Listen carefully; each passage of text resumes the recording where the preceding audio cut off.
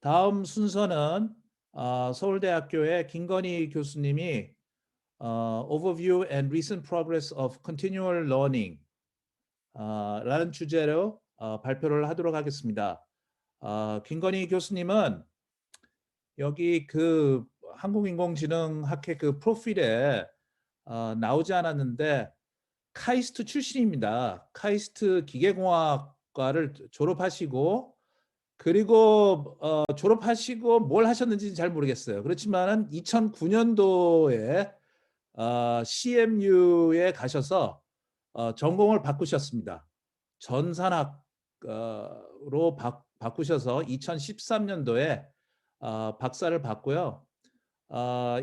졸업하시고 나서 디즈니 리서치에서 2년 근무하시고 2015년도서부터 서울대학교 공과대학교 컴퓨터공학과에 그 비전과 인공지능을 가르치고 연구하고 계십니다. 네, 뜨거운 박수로 우리 김건희 교수님 모시겠습니다.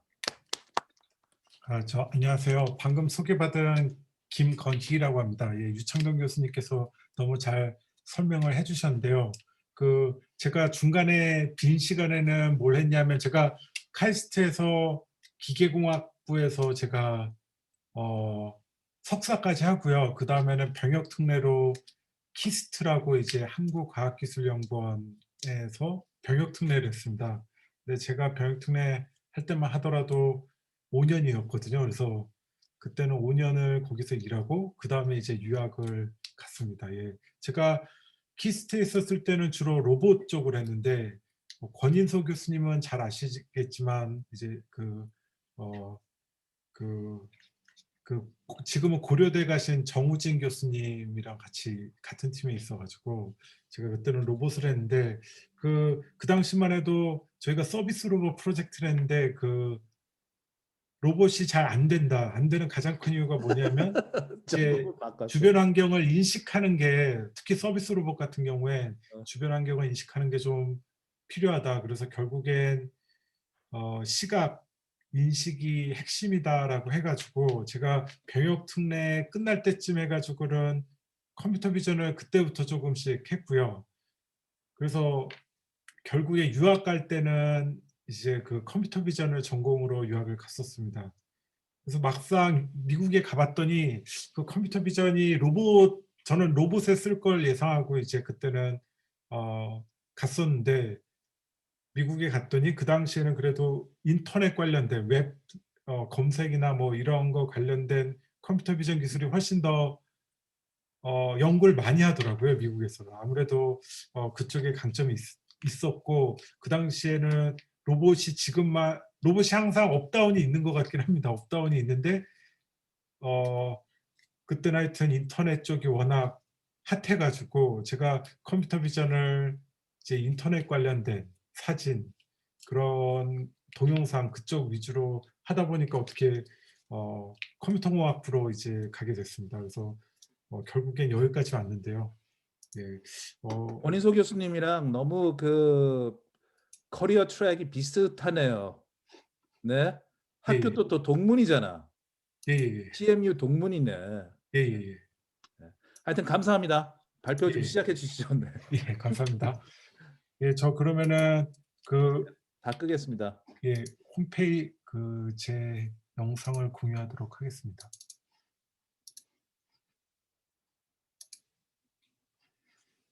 네, 오늘 말씀드릴 내용은 컨티뉴얼 러닝이고요. 컨티뉴얼 러닝 기초부터 좀 말씀을 드리려고 하고요. 기초를 말씀드리고 중간중간에 저희 연구실에서 한 연구도 아주 간단하게 좀 말씀을 드리도록 하겠습니다. 네, 일단은 오늘 아웃라인에 일단 컨티뉴얼 러닝의 기초적인 내용부터 일단 소개부터 좀 말씀을 드리고요. 크게 보면 세 가지 어프로치가 있는데 그 세 가지 어프로치에 대해서 조금씩 말씀을 드리도록 하겠습니다. 컨티뉴얼 러닝은 요즘 특히 좀 각광을 받고 있는 분야 중에 하나고요. 그러니까 우리가 기본적으로 생각할 때 이제 슈퍼바이스 러닝이라고 하면 데이터셋이 이미 주어진 상태에서 그 다음에 이제 기계학습 모델을 이제 학습을 시켜서 이제 원하는 성능을 얻는 게 이제 그 일반적인 프랙티스였는데, 이제 최근에는 데이터셋이라는 게 과연 우리가 그렇게 사전에 정의할 수가 있느냐, 더군다나 점점 라지 스케일로 필요하고, 또 아시다시피 데이터셋이라는 게 계속 바뀌는데 결국에는 그런 고정된 데이터셋을 언제까지 학계에서 연구를 해야 되냐는 분위기가 좀 있는 것 같습니다. 그래서 컨티뉴얼 러닝에 대한 연구를 좀 많이 하고 있고요. 아마 여러분들이 인공지능을 현실에 좀 적용해보고 싶다는 생각을 하실 때, 일단 슈퍼바이스 러닝을 하시다가 현실 문제로 갔을 때 이제 가장 맞닥뜨리는 두 개가 아마 데이터 임밸런스 문제, 그러니까 클래스별로 그 이미지넷 챌린지 같은 경우에 클래스별로 1000개의 클래스에 대해서 이제 똑같은 수의 학습 데이터를 모았는데 현실에선 전혀 그렇지가 않다는 거고요. 또 두 번째는 저희가 기껏 데이터를 모아서 레이블을 받고 학습을 해서 이제 잘 된다고 생각이 드는데, 그때 이제 또 다른 데이터셋이 오는 경우도 좀 많습니다. 그래서 뭐 예를 들면 제가 그 최근에 삼성 디스플레이라는 회사와 이제 그 과제를 했었는데요. 거기서도 항상 문제가, 아시다시피 그 이제 요즘 이제 우리나라의 디스플레이는 TV 쪽보다는 이제 모바일 쪽 디스플레이가 더 그쪽으로 더 투자를 많이 하고 있습니다. 근데 아시다시피 품목이라는 게 엄청나게 빠르게 바뀌고 있죠. 예를 들면 스마트폰을 보시면은 스마트폰에 들어가는 그 액정 같은 경우에도 뭐 1년만 지나면은 그 새로운 모델이 나오고, 그러면 새로운 스펙의 액정이 계속 나올 거고요. 그 다음에 그 품목도 요즘엔 다양하기 때문에 그렇게 계속 데이터가 변하는 환경에서 우리가 뭐 불량 검출을 하겠다, 그럴 경우에 과연 데이터셋을 모으고 그 다음에 레이블링, 이제 그 검사하시는 분들한테 시켜가지고 레이블로 받고 그 다음에 적용할 때쯤 되면 이제 다른 품목으로 넘어가야 되는 그런 상황을 이제 맞닥뜨리게 됩니다. 그래서 요즘 한창 컨티뉴얼 러닝 관련돼서 연구를 많이 하고 있고요. 그래서 기존 그 기계학습이라고 한다면 이제 가장 기본적인 가정이 IID라고 가정을 했었는데요. 그러니까 이제 우리가 데이터를 100개 모으면 100개가 다 서로 독립적으로 얻은 거고, 이 100개는 동일한 분포로부터 나왔다고 이제 가정을 하죠. 근데 이제 현실에서는 그렇지가 않다는 겁니다. 그래서 우리가 보는 데이터라는 건 일종의 스트림 형태로 오고, 그 토픽 같은 것도 드리프트가 있는 거죠. 시간이 지나면서 조금씩 바뀌게 됩니다. 그래서 이런 컨티뉴얼 러닝 세팅에서 여러분들이 기계학습 모델을 학습한다고 그러면 일단 가장 크게 겪는 문제가 포게팅 이슈입니다. 포게팅. 그러니까 저희 네트워크라는 거 어떻게 보면 캐패시티가 고정돼 있다고 할 수가 있겠죠. 그럴 경우에 이제 계속 새로운 데이터로 학습하다 보면 이제 사람과 마찬가지로 예전에 배웠던 내용, 예전에 잘했던 것들에 대해서 갑자기 잊어버리게 되는 상황이 일어납니다. 근데 아시다시피 딥러닝 같은 경우에는 그 익스플레이너블하지가 않기 때문에 우리가 뭐 언제 포게팅이 일어나는지 예측할 수 있는 게 아니라 이제 말 그대로 캐타스트로픽하게 일어난다는 거죠. 그러니까 재앙적으로 어느 날 갑자기 잘 되다가 어느 순간 갑자기 안 되는 그런 현상이 일어나게 됩니다. 그래서 컨티뉴얼 러닝에서 어떻게 보면 가장 큰 챌린지라고 하는 거는 이제 새로운 데이터로 계속 학습을 하다 보면 그거에 대해서는 어느 정도 잘 될 거라고 기대할 수 있지만, 근데 중요한 거는 새로운 정보를 얻고 예전 태스크에 대해서도 충분히 예전만큼의 퍼포먼스를 가졌으면 하는 게 이제 목적이라고 할 수 있겠죠. 그래서 이제 캐타스트로픽 포게팅의 뭐 논문에서 나온 이그젬플을 이렇게 보시면은요, 이 그래프에서 보실 수 있다시피 그 엠리스트는 이제 사람이 손으로 쓴 0부터 9까지의 숫자고요. SVHN이란 데이터셋은 이제 구글 맵 같이 이렇게 그 도로를 가다 보면 이제 집마다 이제 미국 같은 경우에 번지가 있습니다. 그래서 그 숫자로부터 이제 만든 데이터셋입니다.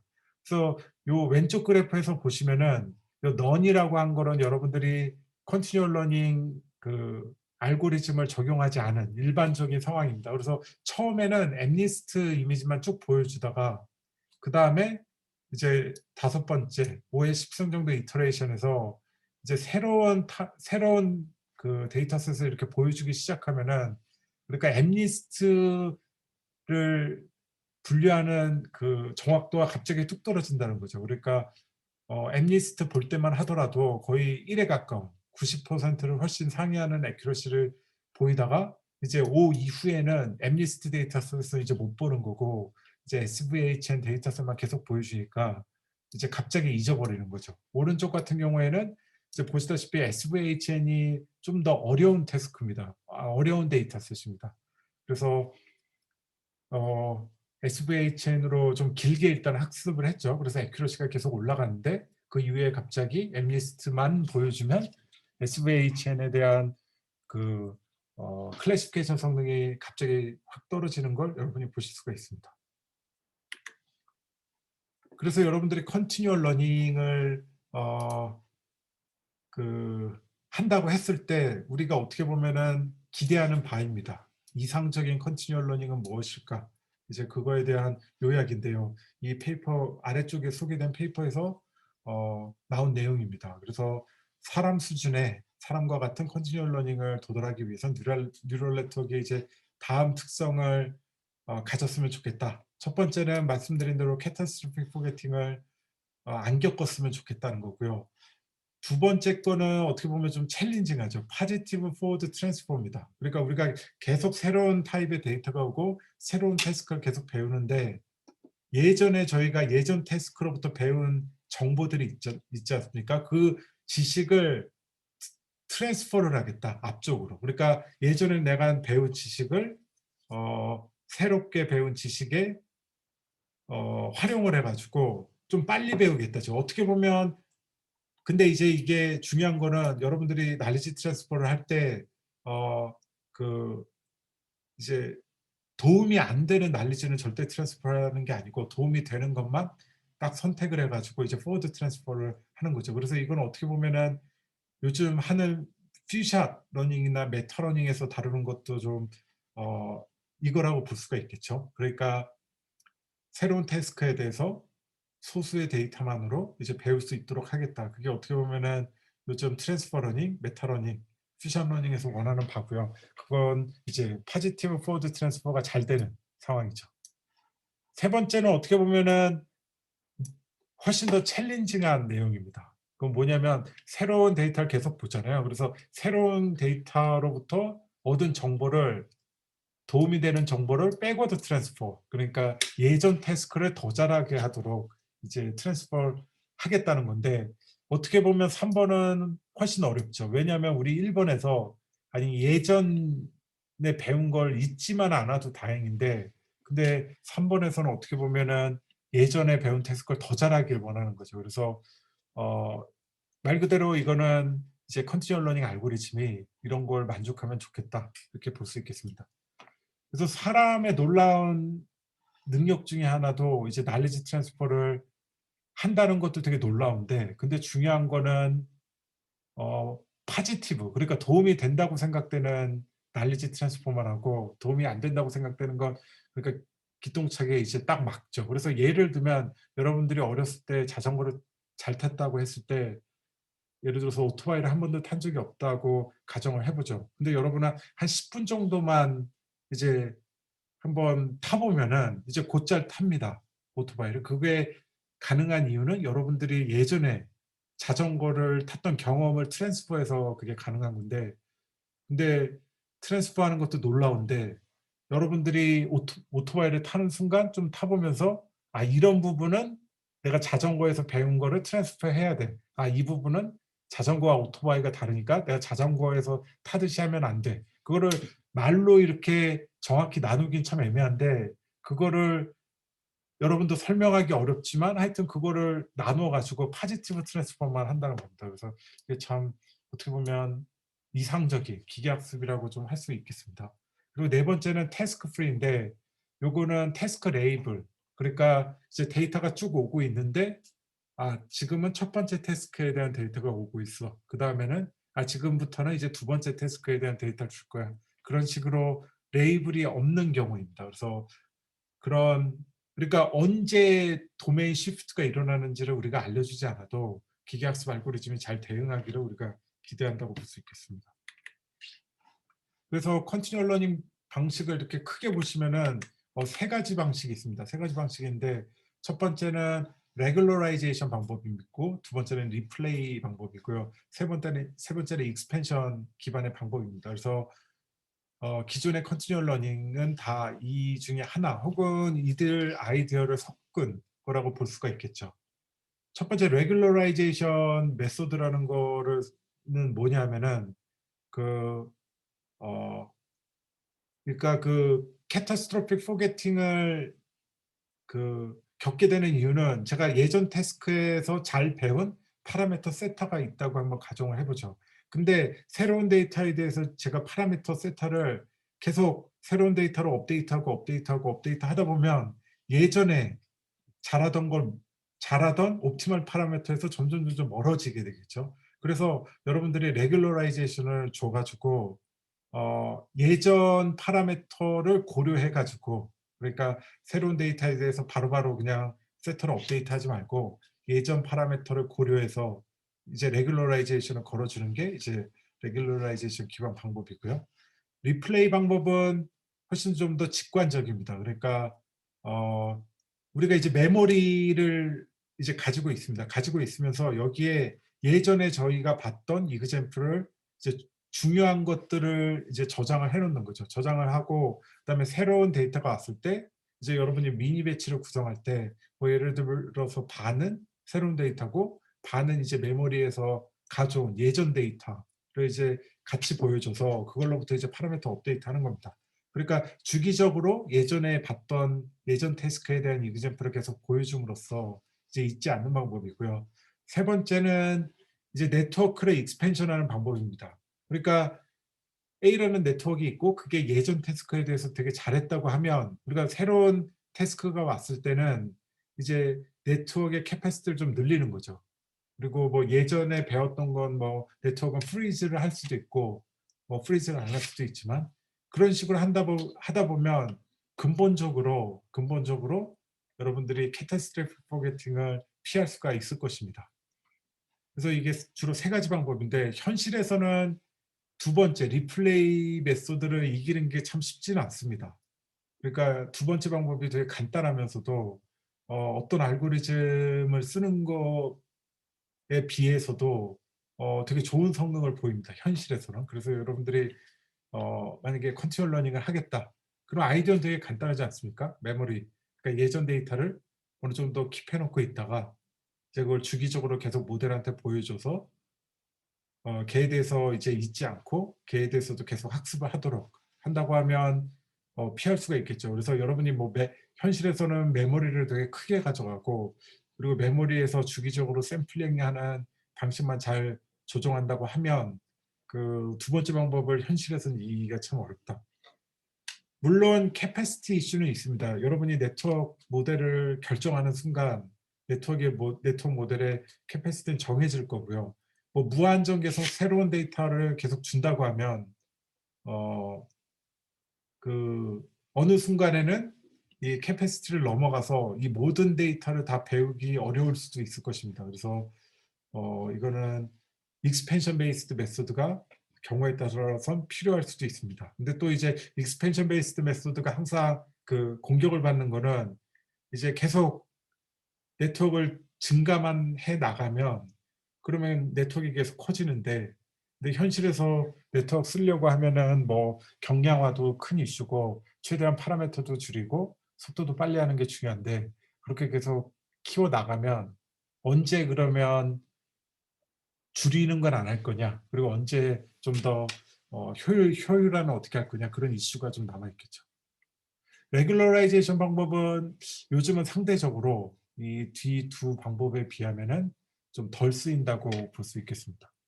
그러니까 물론 예전 파라미터로부터 너무 벌어지지 않고 혹은 예전 파라미터의 특성을 유지하면서 새로운 파라미터를 얻는 게 타당하긴 하겠지만, 근데 뭐 새로운 데이터가 계속 온다고 했을 때 언제까지 레귤러라이제이션으로 과거 데이터를 킵하고 할 건지 그런 것들이 쉽지가 않겠죠. 네, 그래서 크게 보면 이제 리플레이랑 익스펜션 베이스드 메소드를 가장 많이 활용을 한다고 볼 수 있겠습니다. 그래서 보여드렸다시피 이렇게 익스펜드하는 모델입니다. 그 컨티뉴얼 러닝, 여기 이 슬라이드는 컨티뉴얼 러닝에서 그 실험 세팅에 대해서 좀 말씀을 드리도록 하겠습니다. 그래서 일반적으로는 여러분들이 엠니스트 클래시피케이션 한다고 하면 어떻게 하죠? 여러분들이 0부터 9까지 모든 트레이닝 데이터가 배치로 있다고 가정을 하고요. 여러분들이 이걸 랜덤 셔플링을 한 다음에 미니 배치로 나눠가지고 그 미니 배치를 한 번씩 보여주면서 파라미터 업데이트하고, 그래서 데이터를 한번 다 보면 그거 이제 여러 번 반복하는 식으로 이제 여러분들이 학습을 할 텐데, 컨티뉴얼 러닝은 어떤 식으로 하냐면은, 중요한 건 뭐냐면 이제 계속 시간이 갈수록 데이터가 바뀌어야 되고요. 그 다음에 예전에 본 데이터는 이제 보여주지 않는 거죠. 그렇게 실험 세팅을 함으로써 여러분 모델이 과연 캐타스트로픽 포게팅을 겪는지 안 겪는지 이제 평가를 할 수 있을 것입니다. 그래서 가장 많이 쓰는 벤치마크 중에 하나가 스플릿 엠니스트라는 벤치마크고요. 이거는 컨티뉴얼 러닝에서 초창기 때부터 지금까지 많이 쓰는 내용이고요. 그래서 이거는 아시다시피 엠니스트가 0부터 9까지 숫자로 이루어져 있는데, 이제 이거를 5개의 태스크로 나눕니다. 그래서 첫 번째 태스크는 0과 1로만 트레이닝 데이터를 구성하고, 태스크 2는 2와 3 이런 식으로 구성을 합니다. 그래서 이제 여러분 모델은 태스크 1부터 일단 데이터를 쭉 보고요. 0과 1만 보고요. 그 다음엔 태스크 2로 넘어가서 태스크 2의 데이터만 보여줍니다. 이 경우에는 이제 태스크 1 데이터는 앞으로는 절대 못 보고요. 그래서 계속 태스크 1부터 태스크 5까지 이제 순차적으로 보여주고, 여러분들이 그전 데이터는 이제 앞으로는 안 보여주고, 그럼에도 불구하고 여러분들이 이거에 대한 클래시피케이션 능력은 잃지 말아야 되는 그런 컨스트레인이 있다고 할 수 있습니다. 그래서 레귤러라이제이션 베이스드 메소드 중에 여러분들이 가장 많이 아실 게 EWC라는 메소드입니다. 그래서 Elastic Weight Consolidation이라는 거고요. 그래서 한번 요 왼쪽 이제 위에서부터 좀 보도록 하겠습니다. 그래서 그 Elastic Weight Consolidation이라고, 여러분들이 만약에 컨티뉴얼 러닝 페이퍼를 쓴다고 하면 이거를 이제 베이스라인으로 많이들 선택을 하고요. 왜냐하면 레귤러라이제이션 메소드 중에 가장 기본이 되는 거고, 그 다음에 성능이 뭐 그렇게 아주 좋지는 않습니다. 그래서 여러분이 이거를 이기는 게 그렇게 어렵지가 않아요. 그래서 논문을 쓸 때는 이런 베이스라인이 하나 있는 게 좋겠죠. 그래서 요거는 뭐냐면, 새로운 태스크가 도달하면 이제 웨이트를 컨솔리데이트 한다는 거고요. 그 다음에 이제 여러분이 트레이닝 트래젝토리를 이제 고려하겠다는 겁니다. 이제 파라미터가 이제 계속 조금씩 업데이트가 될 텐데, 그 패스라고 보시면 되겠죠.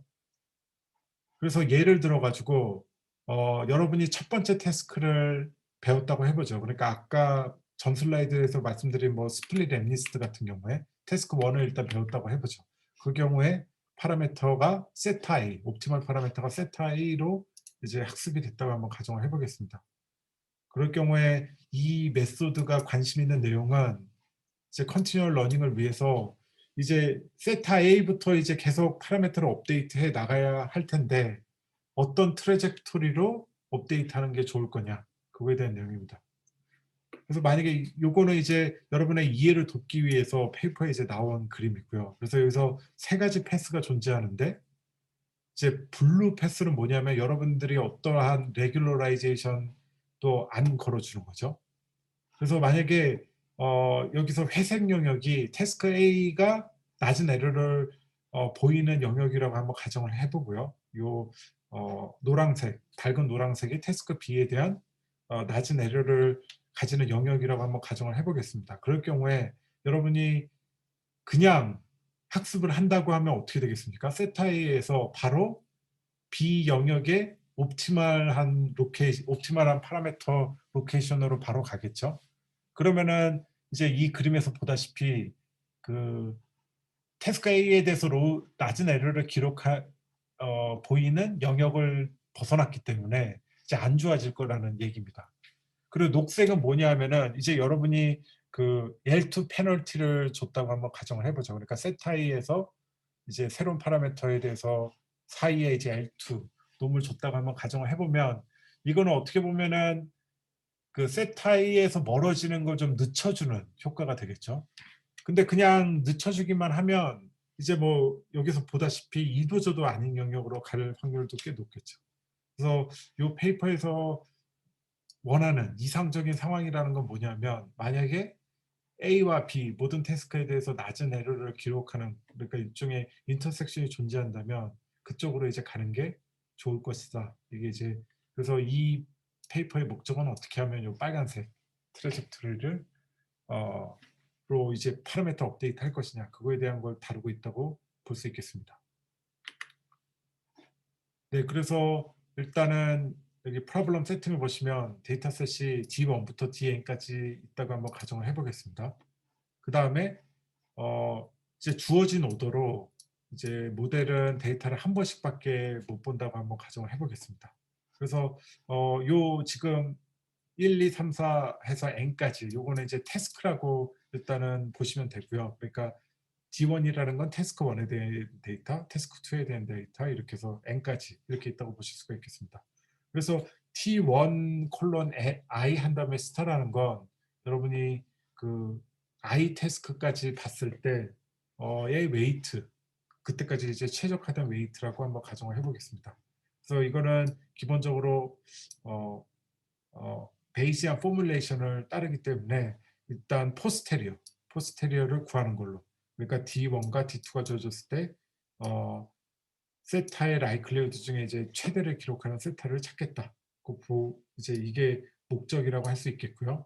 그 다음에 이거는 이제 로그 라이클리후드를 취하는 게 라이클리후드랑 동일하기 때문에 로그 라이클리후드를 취하고요. 그 다음에 이제 베이지 룰을 적용하면 이와 같이 이제 표현할 수 있을 것입니다.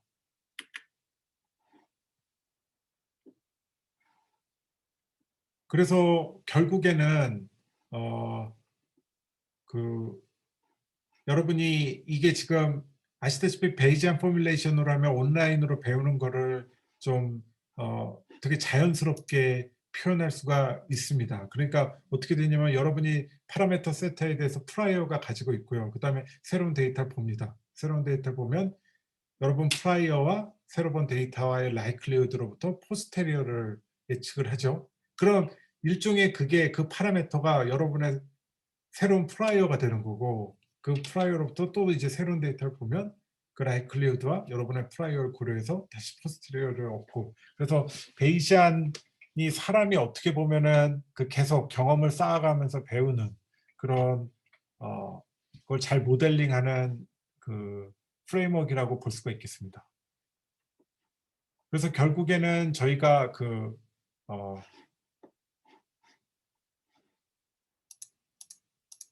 지금 말씀드린 대로 그와 같은 세팅을 본다고 하면 어떻게 보면은 요 두 번째 수식에서 보시면은 요거를 어떻게 보면은 첫 번째 태스크부터 i-1까지의 태스크 데이터를 봤을 때 여러분의 세트에 대한 포스테리어인데 그게 일종의 i번째 스텝이 되면 포스테리어 여러분의 프라이어가 되고 그 다음에 그 프라이어를 기반으로 여러분이 i번째 태스크의 라이클리후드를 데이터를 본 다음에 그러니까 여러분의 그 프라이어와 이제 라이클리후드를 고려해서 가장 최적이 되는 파라미터를 찾는 과정이다. 이렇게 볼 수 있겠습니다. 그래서 이거는 이제 어떻게 보면은 이제 라이클리후드 맥시마이제이션과 이제 오른 두 번째 텀은 이제 레귤러라이제이션이라고 볼 수가 있겠죠. 그러니까 프라이어라는 게 어떻게 보면 여러분이 파라미터 세터에 대한 여러분의 사전 지식이잖아요. 사전 지식이기 때문에 그게 일종의 레귤러라이제이션이라고 볼 수 있습니다. 그래서 요 레귤러라이제이션 텀 그러니까 요 D- 그러니까 I-1까지 태스크를 봤을 때의 포스테리어라는 게 일종의 여러분이 새로운 그 태스크에 대한 데이터를 봤을 때 너무 거기서부터 너무 멀어지지 않도록 하는 레귤러라이제이션의 역할을 한다는 것입니다. 그래서 여러분들이 그 너무 멀어지지 않도록 하는 아이디어로서 여러분들이 KR 다이버전스를 쓸 수가 있다는 것입니다. 그래서 결국에는 레귤러라이제이션 로스로 KR 다이버전스를 쓰겠다. 그러니까 KR 다이버전스는 아시다시피 이제 분포들 사이의 거리를 나타내는 매트릭이죠. 물론 시메트릭하지는 않지만, 그래서 이 둘 사이에 KR 다이버전스를 레귤러라이제이션으로 쓴다는 건 이제 걔 둘 사이의 거리가 멀어지면 그만큼 패널라이즈를 하겠다는 거겠죠. 근데 이제 KR 다이버전스를 이제 여러분들이 그 세컨 오더 어프락시메이션을 통해서 하다 보면 이제 이와 같이 유도된다고 이제 밝혀져 있습니다. 그래서 FJJ라는 건 이제 피셔 매트릭스를 여러분들이 데이터로부터 이제 구하는 내용을 이제 임페리컬 피셔 매트릭스라고 할 수 있는데, 그거의 다이고널 엘레먼트 다라고 이제 정의를 할 수가 있습니다. 그래서 최종적 결국에는 여기서 중요한 거는 여러분 이 아이디어부터 시작을 해가지고, 그래서 이런 레귤러라이제이션이 나왔고, 근데 이 레귤러라이제이션은 이제 이와 같이 유도가 된다. 그래서 결국에는 여러분들이 요 텀을 레귤러라이제이션으로 쓴다고 하면 여러분들이 i-1 태스크까지 배운 파라미터로부터 너무 벌어지지 않도록 하는 좋은 레귤러라이제이션을 만들 수 있다고 할 수가 있겠습니다. 그래서 결국에는 요 텀을 레귤러라이제이션을 쓰는 파라미터 업데이트를 하면 이제 EWC 알고리즘이다, 이렇게 할 수가 있겠습니다. 그래서 그 실험 결과라든지 뭐 그거는 말씀을 안 드리겠고요. 그래서 장단점만 보시면 일단 장점은 간단합니다. 간단하고 일종의 어떻게 보면은 파지티브 포워드 트랜스퍼를 일정 부분 고려를 했다고 할 수가 있겠죠. 그래서 그러니까 그 전 태스크까지 했을 때 가장 이제 여러분이 옵티멀하다고 구한 파라미터들로부터 너무 벗어나지 않게 하고 있기 때문에, 그리고 심플하다는 거는 이제 결국에는 레귤러라이제이션이 이 수식으로부터 간단히 나오기 때문에 간단하다는 내용입니다. 근데 기본적으로 여러분들이 이거는 어떻게 보면 예전 파라미터로부터 이제 그 레귤러라이제이션을 걸어주는 거기 때문에 근본적으로 캐타스트로픽 포게팅 문제를 해결할 수는 없을 것입니다. 그러니까 이 알고리즘을 계속 돌린다고 한번 가정을 해보죠.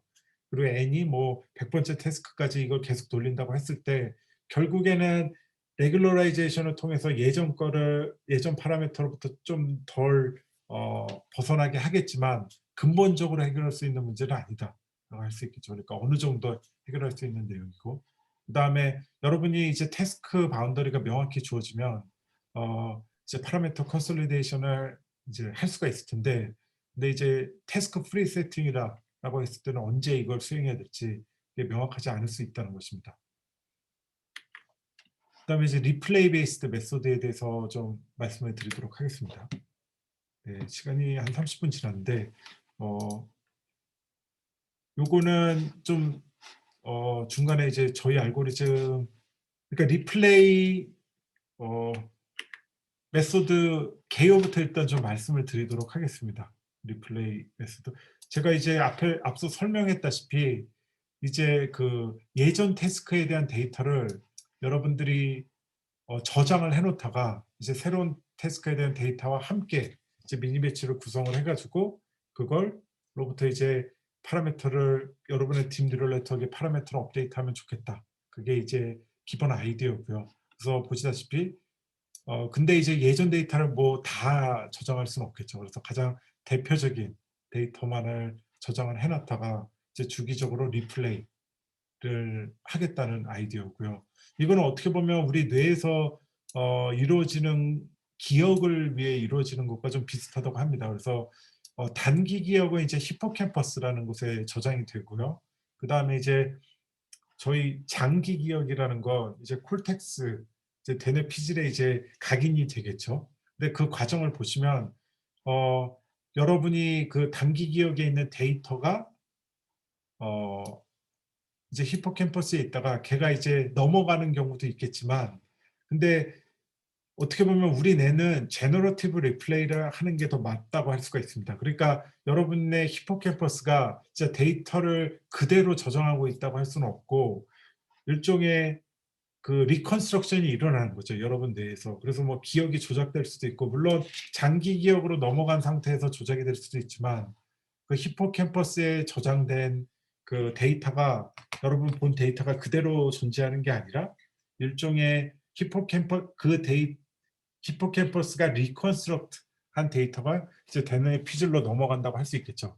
그래서 여러분이 이 아이디어로부터 그 리플레이 베이스드 메소드를 두 방법으로 웬 A, B처럼 둘 다 구현이 가능합니다. 그래서 여러분이 기계학습 알고리즘을 만들 때 메모리를 놓고 그다음에 예전 데이터 중에 대표적인 걸 그대로 저장을 하겠다. 그러면 이제 A라는 거고요. 혹은 메소드들 중에 B를 따르는 게 있는데, 그건 뭐냐면은 이제 우리 뇌와 더 비슷하게 그 예전 데이터로부터 겐을 계속 학습하는 거죠. 그래서 겐이 이제 주기적으로 새로운, 그러니까 데이터를 어그멘테이션을 만들어 줍니다. 그래서 여러분의 겐이 잘 학습이 되었다고 하면 예전 데이터를 잘 만들어 줄 수가 있겠죠. 그래서 제너레이트된 리플레이와 새로운 데이터로부터 이제 계속 모델을 업데이트하는 방식이라고 할 수 있겠습니다. 그래서 B가 어떻게 보면 우리 뇌에는 더 가깝지만, 근데 또 한편으로 보면 그 캐타스트로픽 포게팅이 이 제너레이터에서 생길 수도 있겠죠. 그러니까 여러분이 새로운 데이터를 계속 본다고 하면 제너레이터가 우리가 기대하기로는 아주 오래전 데이터로부터 최근 데이터까지 다 잘 제너레이트 하기를 바라는데, 근데 최근 데이터만 최근 이전 데이터만 좀 태스크에 대한 데이터만 생성할 확률이 높겠죠. 그래서 여러분이 뭐 간단하게 구성한다고 하면 A 방법으로 하는 게 더 간단하다고 할 수 있겠습니다. 그래서 사실 뭐 대표적인 이 리플레이 베이스드 메소드 중에 대표적인 모델들이 있긴 한데요. 근데 여기에 이제 저희가 그 ECCB에 대한 페이퍼 중에 하나가 이쪽과 관련이, 그러니까 리플레이 기반의 메소드여가지고 여기서 저희 걸 좀 간단히 소개시켜 드리도록 하겠습니다. 그래서 페이퍼는 ECCB에 나왔고, 그다음에 코드는 이 링크에 이제 다운로드 받으실 수가 있습니다. 그래서 이 페이퍼의 키 아이디어는 시간 관계상 키 아이디어만 좀 말씀을 드리도록 하겠습니다. 이거는 뭐냐면 컨티뉴얼 러닝을 하는데 임밸런스 데이터셋에 대해서 과연 컨티뉴얼 러닝을 할 수 있느냐, 그거에 대한 내용이고요. 그 저희가 이 페이퍼를 쓰는 당시에 찾아봤더니 그 데이터셋이 임밸런스한 경우에 컨티뉴얼 러닝 하는 거를 이렇게 다른 논문이 거의 없다시피 해가지고 아카이브에 하나인가 봤던 것 같고, 그 외에는 없었던 것 같습니다. 저희가 이거 페이퍼를 준비할 당시에.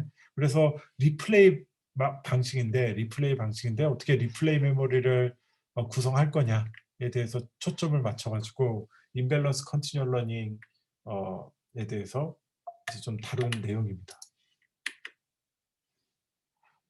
그래서 뭐 저희가 그냥 이 페이퍼에서 주장하기로는 어쨌든 간에 그 퍼블리시된 페이퍼로는 이제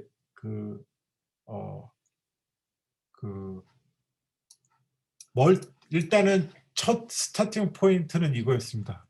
이제 아시다시피 일반적인 클래시피케이션 데이터셋은 이미지, 그러니까 데이터마다 클래스 레이블이 하나만 존재한다고 가정을 했는데요. 근데 아시다시피 멀티 클래스 클래시피케이션 문제가 있습니다. 그거는 뭐냐면 이미지가 하나의 클래스만 존재하는 게 아니라 여러 가지 레이블이 있는 거죠. 그래서 뭐 예를 들면 T번째 본 이미지 같은 경우에 캣, 베이스, 펌킨, 버틀 같은 이제 여러 개의 레이블이 있는 경우입니다. 그래서 처음에는 저희가 컨티뉴얼 러닝을 멀티 클래스 클래시피케이션, 그러니까 멀티 클래스 클래시피케이션 하는 컨티뉴얼 러닝을 만들겠다고 처음에 생각을 해봤는데, 저희가 이 문제를 하려다 보니까 모든 멀티 클래스 클래시피케이션 데이터셋이 임밸런스하다는 걸 좀 알았습니다. 그러니까 이미지 한 장당 여러 레이블이 이제 가능하잖아요. 그러니까 그렇다 보면 이제 아무래도 이미지상에서 사람이라든지 우리의 친숙한 오브젝트,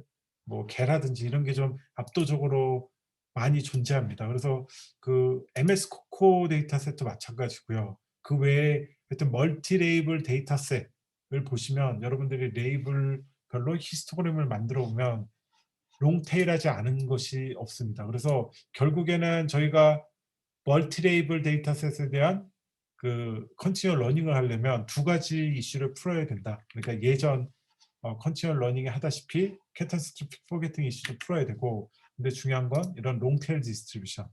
그러니까 뭐 사람이라는 레이블은 뭐 엄청나게 많죠. 엄청나게 많지만 몇몇 레이블은 매우 희소한 경우가 많습니다. 그래서 이 경우에 저희가 이제 CRS랑 EWC라는 건 기존의 메소드입니다. 기존의 메소드인데 저희가 그 요거는 이제 태스크가 세 가지 태스크가 이렇게 주어졌고요. 그 다음에 요 파란색으로 나타난 건 머저리티 클래스고 빨간색은 마이너리티 클래스입니다. 그러니까 예를 들면 첫 번째 태스크는 한 10개의 클래스로 이루어진 겁니다. 10개의 클래스로 이루어졌고 그 중에 한 3개가 머저리티고 그 다음에 빨간색이 마이너리티입니다. 그래서 요 녹색이 보여주는 건 요 각각 10개의 태스크별 그 데이터셋 사이즈입니다. 그걸 보여주는데 저희가 forgetfulness라는 이제 기존 웍에서 제안한 그 forgetting 매트릭을 적용을 해봤더니 이렇게 태스크 1, 2, 3 이런 식으로 CRS를 학습한다고 했을 때 머저리티 클래스 같은 경우에는 퍼포먼스 forgetfulness가 되게 작다는 걸 알 수가 있었는데 마이너리티 클래스 같은 경우에는 뭐 좀만 지나면 그냥 다 까먹는다고 보시면 됩니다. 그러니까 저희가 그 롱테일 디스트리뷰션에서 컨티뉴얼 러닝을 한다고 했을 때 테일 클래스, 그러니까 데이터 샘플이 적은 클래스에 대해서 포게팅이 정말 심각하게 일어난다. 그걸 이제 저희가 발견을 했고요. 그래서 저희가 이제 임밸런스를 해결하기 위해서 뭐 예전에 많이 하던 전통적인 방법은 뭐냐면 뭐 이렇게 임밸런스 된 데이터셋이 있으면 그 머저리티 클래스를 언더 샘플링 하거나 혹은 마이너리티 클래스를 오버 샘플링 해가지고 그렇게 좀 비슷비슷하게 만드는 테크닉이 있다든지 혹은 코스트 센서티브 어프로치라는 건 뭐냐면 이제 일종의 여러분들이 그 마이너리티 클래스 트레이닝 샘플에 대해서는 이제 웨이트가 더 크다고 가정을 하는 거죠. 그래서 걔가 코스트를 훨씬 더 많이 발생을 시키도록 해가지고 이제 여러분이 학습을 할 때 이제 어쨌든 간에 여러분이 코스트를 미니마이즈 해야 되니까 로우 그 테일 클래스에 대해서 좀 더 이제 집중하도록 이제 하는 방식입니다.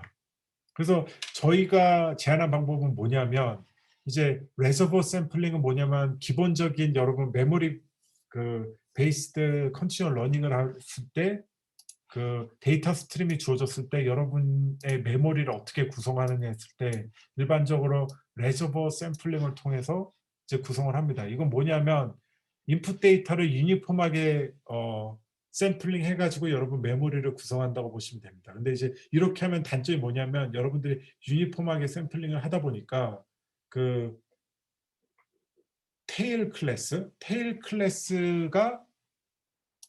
이제 메모리 자체에 들어갈 확률도 적어지는 거죠. 그러니까 메모리 자체에서도 벌써 임밸런스 문제가 벌어지기 때문에 메모리 가지고 리허설을 하고 리플레이를 한다 한들 이제 테일 클래스를 그 잊어버리는 걸 막을 방법이 없다는 겁니다. 그래서 저희가 그래서 뭐 간단히만 말씀드리면 저희가 이제 메모리 구성하기 위한 샘플링 메소드를 제안을 한 거고요. 리플레이 메모리 기반에 여러분이 그 컨티뉴얼 러닝을 한다고 했을 때 그래서 요거의 키 아이디어는 뭐냐면은 최대한 메모리를 밸런스를 유지하도록 하는 샘플링 그러니까 새로운 데이터가 왔을 때 그걸 메모리에 넣는 과정을 샘플 인이라고 하고요. 여러분 메모리가 정해진 사이즈였을 때 이게 다 찼을 때 그러면은 이제 뭘 빼버려야 되는데 그거 이제 샘플 아웃 프로세스입니다. 그래서 이 샘플인과 샘플 아웃을 어떻게 정의를 하면 이제 여러분의 메모리를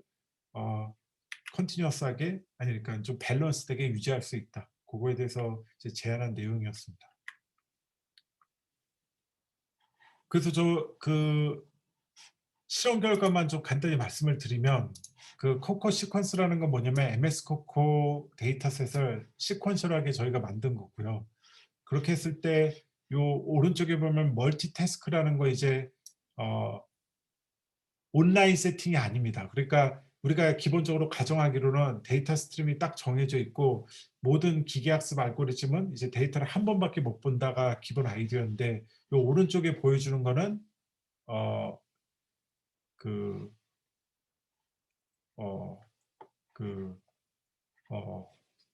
그러니까 어떻게 보면은 어퍼 바운드라고 볼 수가 있겠습니다. 얘는 이제 컨티뉴얼 러닝 시나리오를 적용받지 않는 알고리즘이다.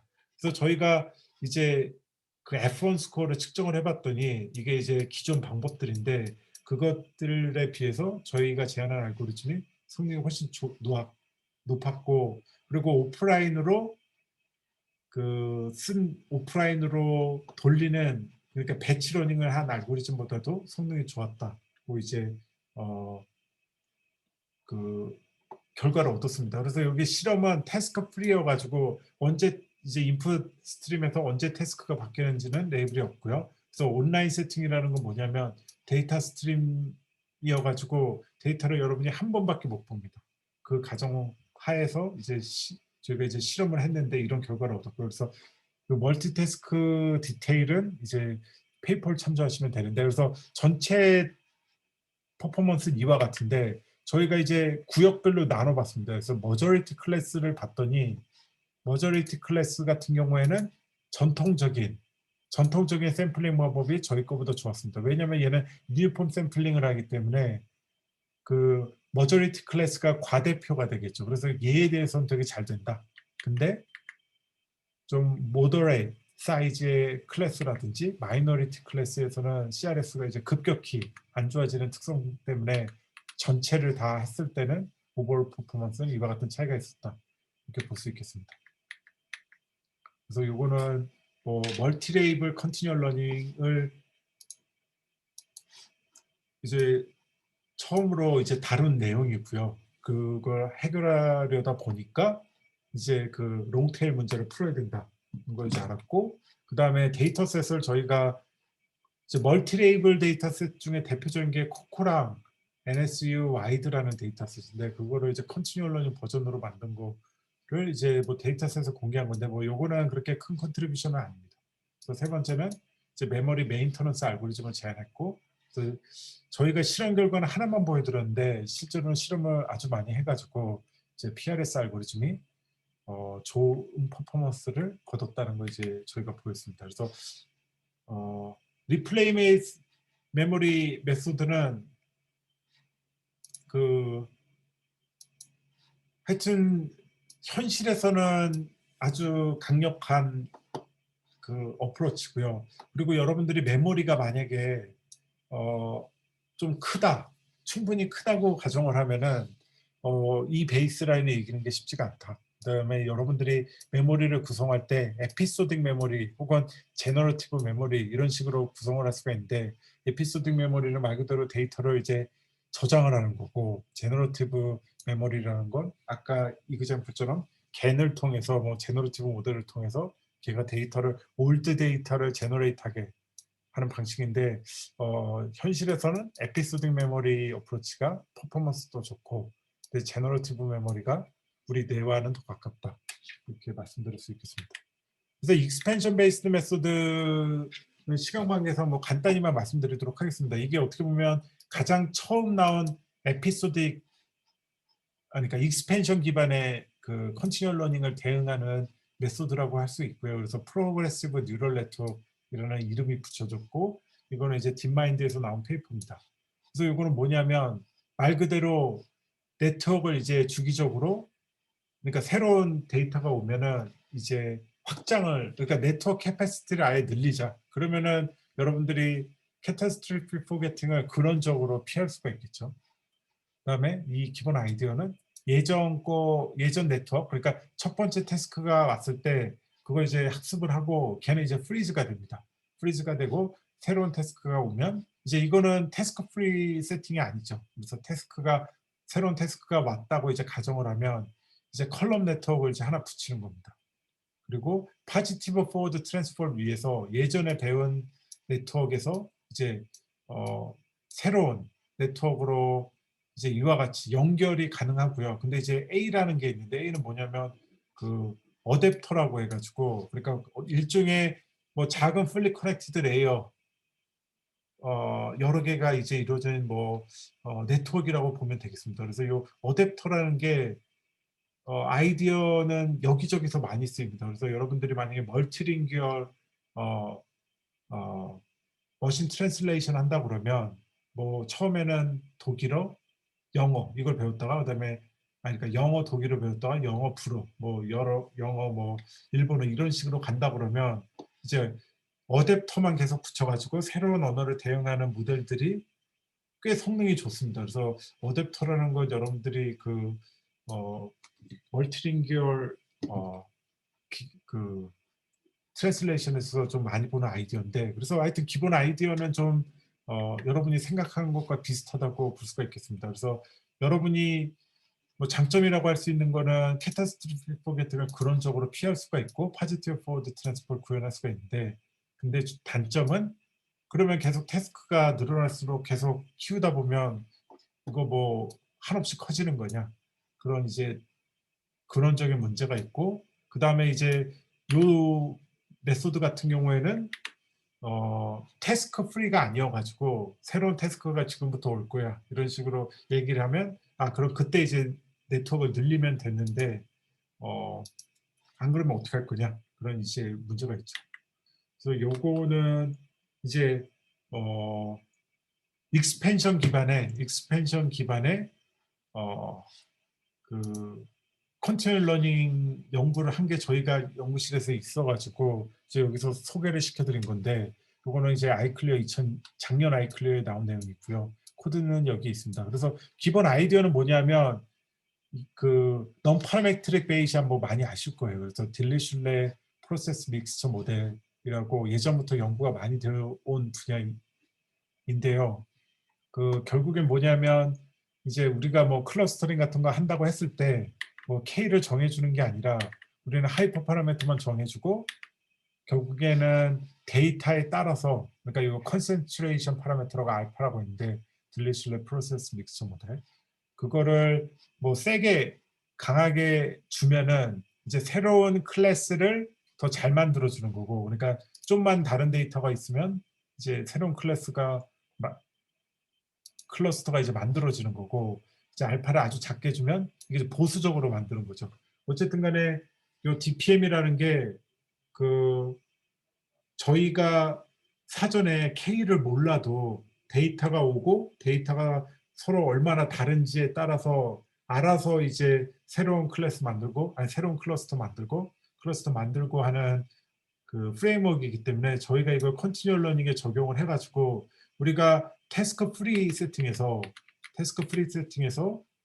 이제 오는 데이터를 보고 이제 그 결국에 엑스퍼트를 여러 개를 두는데 언제 새로운 엑스퍼트가 나올지를 이제 DPM 모델에 결정하도록 한 게 이 논문의 핵심 아이디어였습니다. 그래서 이거는 시간 관계상 핵심 아이디어가 이와 같다는 걸 좀 말씀을 드리고 디테일한 건 좀 넘어가도록 하겠습니다.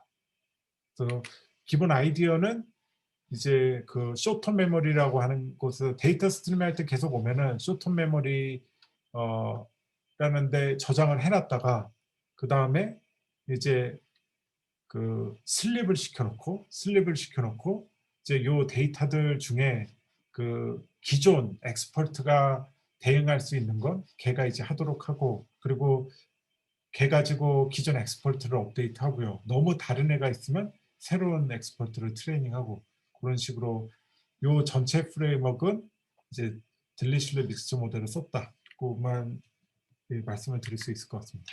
그래서 실험 결과도 뭐 저희 페이퍼니까 당연히 기존 거보다 좋다 이런 식으로 이제 결과가 나왔고요. 그래서 요거는 이제 저희가 이거 쓸 때만 하더라도 태스크 프리 컨티뉴얼 러닝을 익스펜션 기반의 메소드로 한 게 없었어 가지고 이게 뭐 첫 시도였고, 뭐 베이시안 non-parametric이라고 하는 이제 이론적으로 탄탄한 프레임워크를 썼다는 거와 실험 결과가 좋았다. 이게 이제 장점이라고 할 수 있겠습니다. 그래서 익스펜션 베이스드 메소드를 요약을 하자면, 여러분들이 네트워크 이제 캐타스트로픽 포게팅을 피할 수가 있죠. 왜냐하면은 프리즈하고 새로운 네트워크를 붙이니까.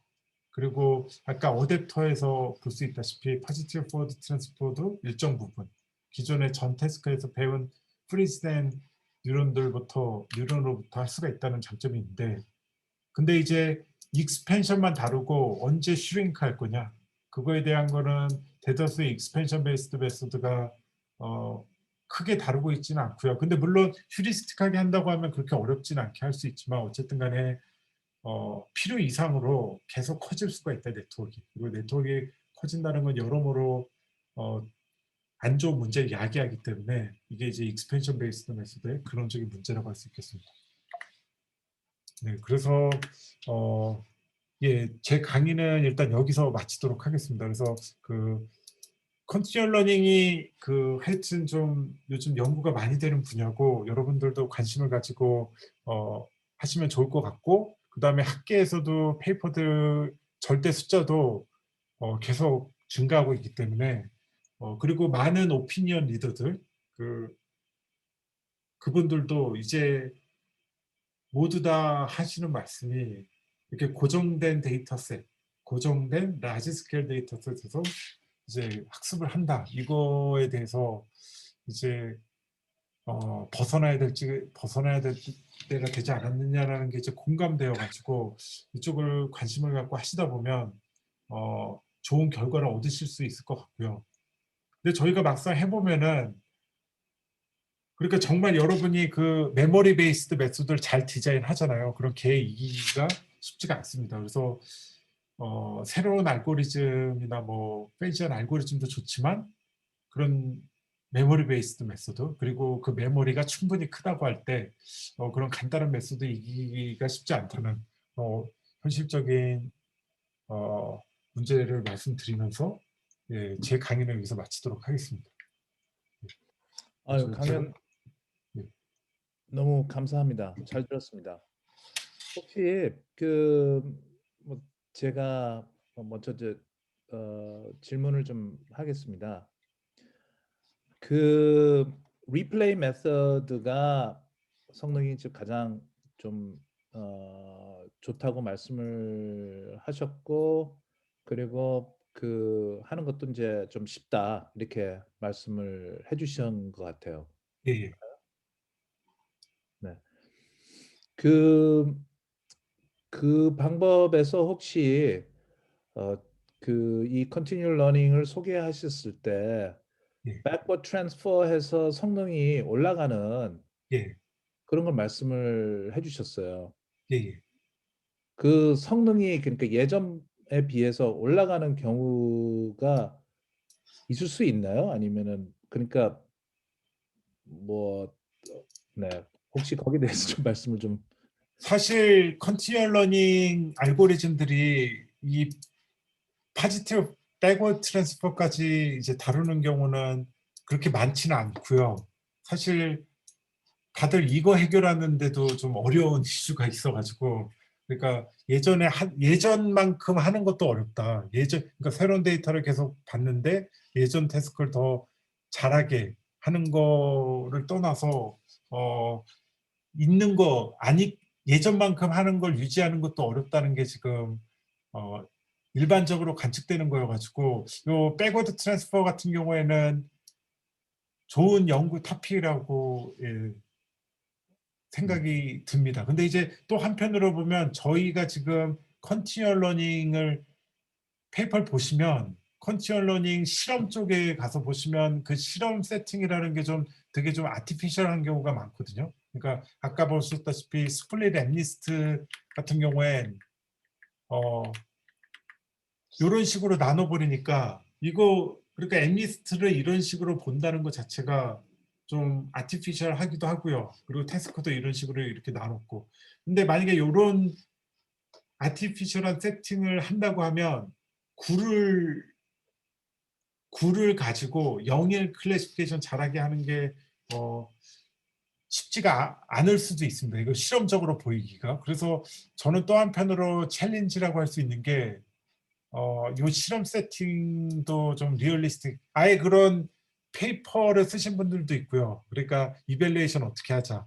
그래서 이밸류에이션을 위해서 이런 조건을 만족하는 이밸류에이션을 꼭 하자라고 페이퍼가 나온 것도 있을 정도로 결국에는 컨트롤 러닝 이밸류에이션을 어떻게 할 거냐가 큰 이슈인 것 같습니다. 그래서 그것도 중요하고, 그 다음에 그게 잘 됐다고 했을 때 어떻게 하면 파지티브 빼고도 트랜스퍼도 잘할 수 있냐, 그것도 좀 많은 연구가 필요한 분야라고 생각됩니다. 저 또 하나 질문이 있는데요. 지금 이 세팅에서는 그 태스크의 순서가 딱 고정이 돼 있나요? 아니면은 예를 들어서 그러니까 이 그 프레임워크에서 태스크가 5개가 있다. 예. 근데 순서는 마음대로 정해서 예. 학습을 할 수 있다. 이러한 세팅인가요? 아니면은 예. 1번서부터 5번까지 그 순서대로 예. 해야 되는 그런 상황인가요? 지금 일반적으로는 요 순서대로 하셔야 되거든요. 그게 또 왜 그러냐면 이전 페이퍼들이 요 순서대로 했는데 제가 이제 태스크 세팅을 뭐 랜덤 오더로 오게 하겠다. 그게 훨씬 더 리얼리스틱하고 좋은 세팅은 사실인데, 만약에 또 그렇게 하면은 여러분이 만약에 예전 알고리즘을 다 직접 구현을 해서 그 동일한 세팅으로 돌리면은 무방할 것 같고요. 근데 이제 일반적으로 그냥 뭐 스플릿 앤리스트라고 하면은 이 순서대로 주는 식으로 이제 진행을 합니다. 네, 말씀하신 대로 그게 좋은 건 아니죠. 예. 근데 또 공정한 비교를 해야 된다 뭐 이러면 또 이전 페이퍼대로 또 해야 되는 특성이 있어가지고. 예. 여기서 계산량도 뭐 고려가 좀 되나요? 그러니까 뭐 끝에 익스펜션 방법을 했을 때는 뭐 디리슐리 프로세스를 좀 하고 뭐 이렇게 저렇게 좀 복잡할 수도 있을 것 같은데 예. 어떤가요? 그러니까